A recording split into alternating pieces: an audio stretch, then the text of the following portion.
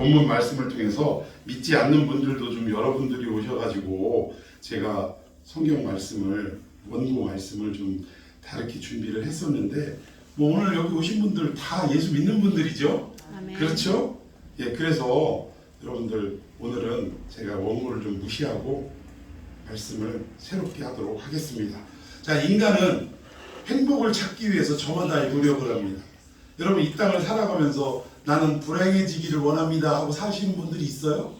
없지요. 저마다 내가 어떻게 하면 행복해질 수 있을까? 그 행복을 찾아서 여기저기를 헤매이고 또 수고하고 노력하며 살아간다라는 거예요. 그런데 이것이 우리가 행복을 찾는다라는 이 말 속에 전제하고 있는 것이 뭐냐면 우리 인간이 행복을 이미 잃어버린 경험이 있다라는 것을 전제하는 거예요. 항상 우리 인간과 함께 행복이라는 것이 존재하고 있다면 굳이 찾아다닐 이유가 있습니까? 없습니까? 없지요. 우리가 행복을 찾는다라는 이 전제는 우리가 행복을 가지고 있었을 때가 있었는데 어느 순간 이것을 놓쳐버리고 잊어버리고 살게 되었구나. 이것을 전제하고 있다는 거예요. 그럼 우리가 언제 행복을 잊어버렸을까요? 그렇죠. 우리가 처음 지어졌을 때는 행복한 존재로 지어졌어요. 그 행복한 존재일 때의 모습을 되돌아보면 에덴 동산이라는 곳에서 하나님과 늘 함께하는 삶이었다라는 거예요. 그러니까 우리 인간은 지어짐 자체가 하나님과 함께할 때 행복하게 만들어진 것이지 하나님과 상관없이 살아갈 때는 어떠한 일을 해도 행복을 찾을 수가 없는 존재라는 것입니다. 그런데 하나님 앞에 범죄하고 모든 인간이 하나님과 관계가 단절되고 난 이후로 모든 인간은 행복의 경험이 있었기 때문에 그 행복을 찾아다니려고 엄청나게 애를 쓴다는 거예요. 수고하고 애를 쓰고 그리고 인생의 우리 인류 역사의 모든 내용들을 어떤 부분이 주관하고 있었냐면 철학이라는 것이 주관하고 있었어요. 그래서 우리 인간들 중에서 그래도 좀 뛰어난 사람들 또 머리가 좀 남들보다 좋은 사람들 이런 사람들이 도대체 우리가 살아가는 게 뭐고 어떻게 해야 행복하게 살아갈 수 있을까 이것을 끊임없이 연구했다는 거예요. 근데 어떨 때는 우리 인간은 지식이 있을 때만 행복하다라고 생각할 때가 있었다는 거예요. 그래서 모든 사람들이 그 사람의 말을 듣고 저마다 지식을 추구하기 위해서 애를 쓰고 수고하고 노력합니다. 그런데 지식이 얻어지고 나서 잠깐은 행복할지 모르지만 이 행복이 길지가 않더라는 거예요. 이미 이내 또 다른 문제에 부딪히고 또 불행을 겪기 시작하더라는 것입니다. 그러다가 또 언제 한 번은 육신의 쾌락을 즐기는 것이 진짜 행복이다라고 주장할 때가 있어요.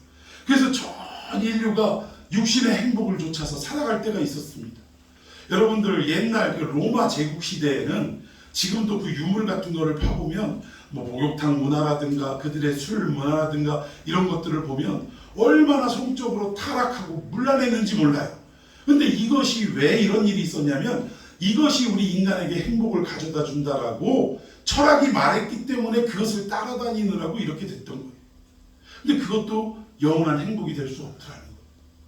근데 요즘은 우리나라도 마찬가지고 전 세계가 뭐가 행복하냐라고 할 때 뭐니 해도 머니가 최고다. 돈 버는 게 행복이다. 돈 많은 게 행복이다. 이러고 살아가는 시대가 되었다는 거예요.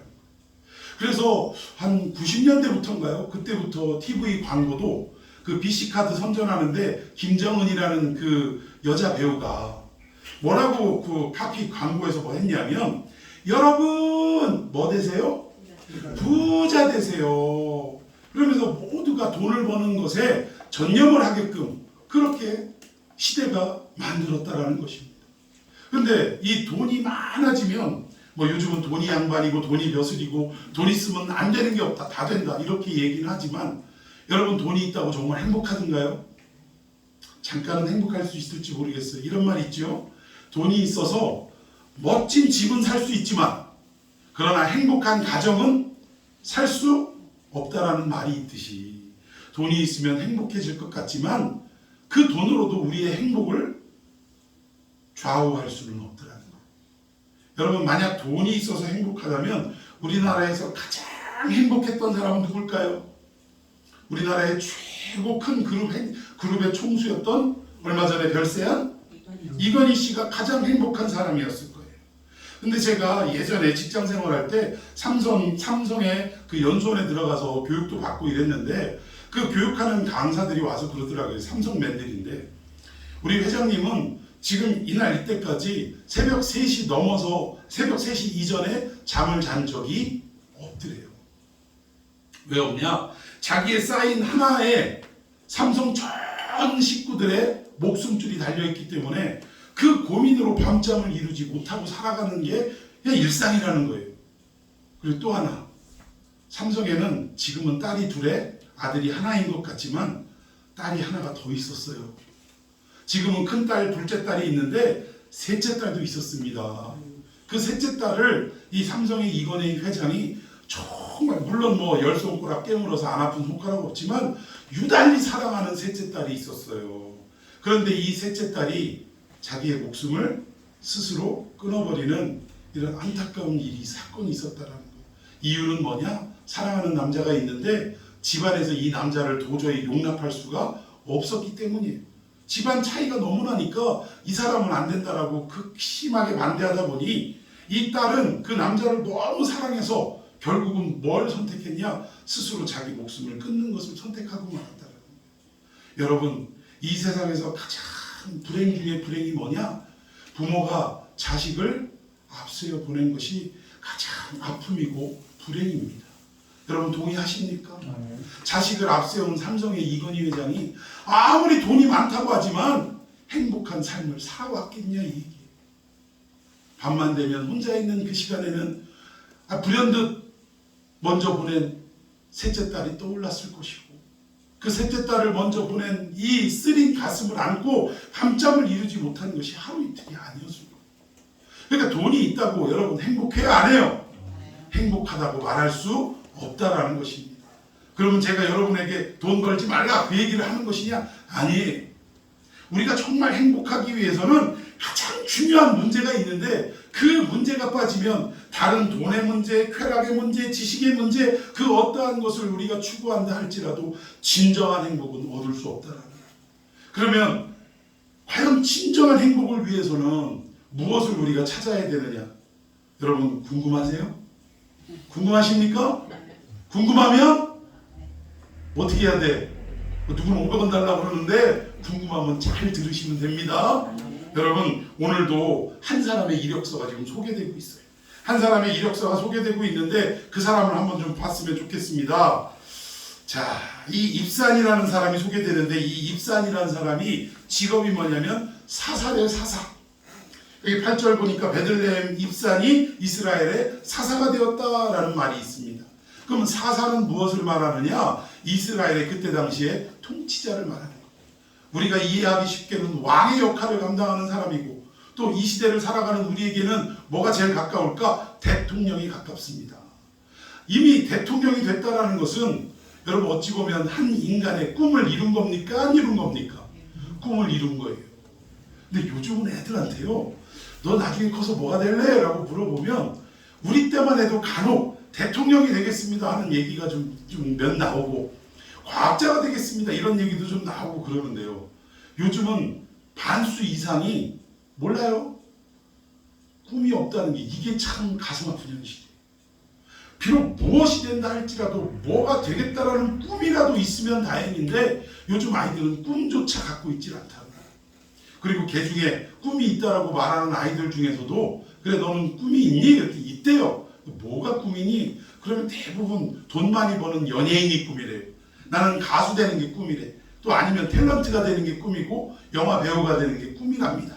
또 남자애들은 또 뭐예요? 요즘 노래 같지도 않은 막 이상한 말을 막 주저리 제가 할 수 있는 건 인천 앞바다에 사이다가 떠서도 컵이 없으면 못 마시고 이거밖에 잘 못 따라하겠던데 요즘 애들은 따라하기도 힘든 어떤 랩이라고 하는 이런 음악을 추구합니다. 그런데 이 래퍼가 되겠다고 하는 애들이 상당히 많아요. 그리고 또 하나는 어떤 애들이 있냐면 너 나중에 뭐가 될래? 그러면 저는요 조물주 위에 건물주가 되고 싶습니다. 그게 제 꿈입니다. 아무것도 안 해도 매달 몇 천만 원씩 들어오는 건물주가 되는 게 꿈입니다. 그러니까 모든 것이 다 초점이 어디에 맞춰져 있는 거예요? 돈. 만몬이 지배하는 세상이 되었다라는 거예요. 근데 여러분 우리도 말 조심해야 되는 게 어른들부터 참 생각과 어떤 사고와 말에 행동에 조심을 해야 돼요. 요즘 아이들 좋아하는 떡볶이 있지 않습니까? 떡볶이 정말 맛있는지 무슨 떡볶이라고 그래요? 마약 떡볶이래요. 그러니까 우리는 얼마나 맛있으면 중독성이 있을 정도로 이렇게 맛있어? 먹고 그 다음에 또 생각나서 또 먹고 이 정도로 우리가 생각을 하지 않습니까? 그런데 어른들은 그렇게 생각한다고 하지만 자라나는 아이들, 아직 이 언어가 어떤 의미인지 모르는 아이들은요, 마약이라는 이 단어가 너무 친근해져 버리게 되는 거예요. 나중에 커서 진짜 마약이 눈앞에 있어도 마약 떡볶이를 대비할 때 마약이라는 건 맛있는 게 마약이구나, 먹고도 또 먹고 싶은 게 마약이구나 라고 생각하고 아무런 거리낌 없이 마약에 손댈 수 있는 준비가 되더라는 거예요.